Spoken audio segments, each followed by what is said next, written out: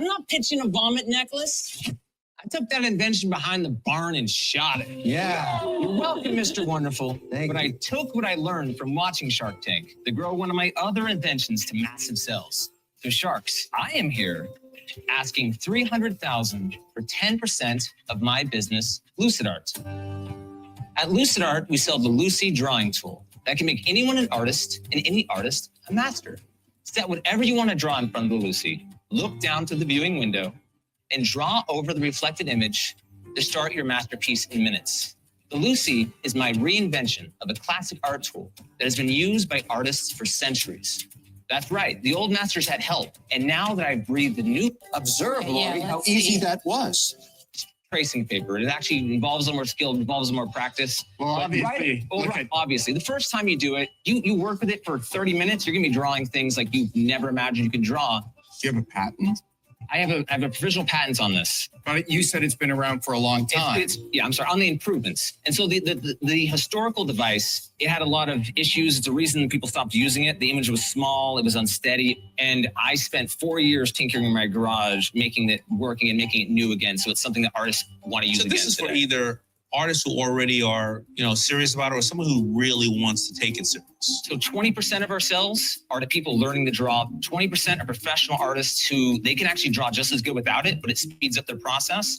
And in the middle there, that 60% in the middle are people who are amateur artists who just want to learn how to draw better. So you were here before with that device. Yes. You took it out behind the barn and shot it. Yes. Why did you get into this?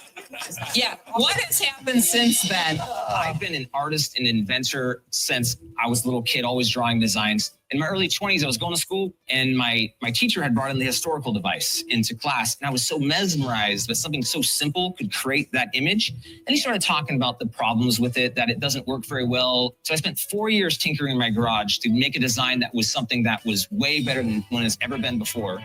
Then I went from the inventor in my garage to the entrepreneur trying to sell this thing. And I hit a roadblock in like 2010. And so I got sidetracked with a few things, including a bib that you barf in that actually ended up on Shark Tank. So with. Les, Yes. what do you sell it for? What's it cost you to make? What are your sales in the last 12 months? Okay. So the Lucy Flex, that's going to cost them about $128. It costs us $25.50 to make it. Past 12 months, we did 2.3 million. Wow. What? I told you millions right at the beginning. Do you think I was lying? Come on. No, I wait. lied to an old friend. That's impressive. That's Did amazing. you make any money on that? Last year, we did 3.7 total. And we made 1.6 million profit. Wow. And what have been your lifetime sales? 10 million. What? $10 million. $10 million. Oh. Nailed it. So that was cool. Yeah. Man, riches in the niches. man. Story here. This is, not a new concept. The original Lucid drawing system, 1806. 1806 is the original inventor, which is way back, patented the English chemist William Hyde Wollaston. It's where they can make replicas of old drawing tools, optical toys, and so it's a way for those artists back then to be able to use that.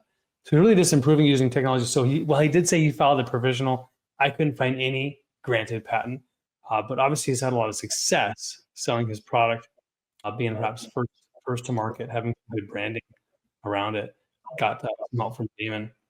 Trademark side of things, Matt, what do you have to say? Yeah, I mean, he's registered. So Lucy is registered in the hand tools category or the digital tool category. So optical apparatus, namely reflecting artist tools used to aid drawing and or painting.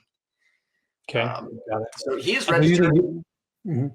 Oh, go ahead. I was saying, using names, right? Kind of this, Lucy, maybe as long as it's not too close to the word lucid, maybe. Any issues with using a pronoun for trademark? No, there really isn't. I try to get clients not to do stuff like Lucy, just because, I mean, at the end of the day, like if clients are going to search for your product and they're starting their sentence with Lucy, their Google search with Lucy, it's going to take a little bit extra effort to get them to where they need to be to find you. Yeah. So that's the only reason I don't like it. But that, and you're competing with a lot of other Lucy applications, registrations at the USPTO. Yeah. And interesting. I'm thinking of this question here live. We have, bold, obviously, we've got all capital letters. Yep. Have you seen any distinction when someone does all caps versus some lowercase? Yeah. Any considerations there? If they're all caps, then you know a trademark attorney did it. Why is that? Okay, this is good. This is good. Yeah. So, I mean, when I talk to clients a lot, you know, like I'm constantly referencing, when I'm referencing a trademark as a trademark. So, you know, when I'm talking about bold patents just in passing to a client, right, I'm going to talk about bold patents, capital BOLD, you know, patents, you know, so first letter capitalized, right, name of the business.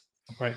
When I'm talking about the bold patents trademark, right, and talking about, you know, bold patents as a brand in terms of like the trademark itself, then I'm going to use all caps. And that in our world, in my world, when I talk to another trademark attorney, they know what I'm talking about.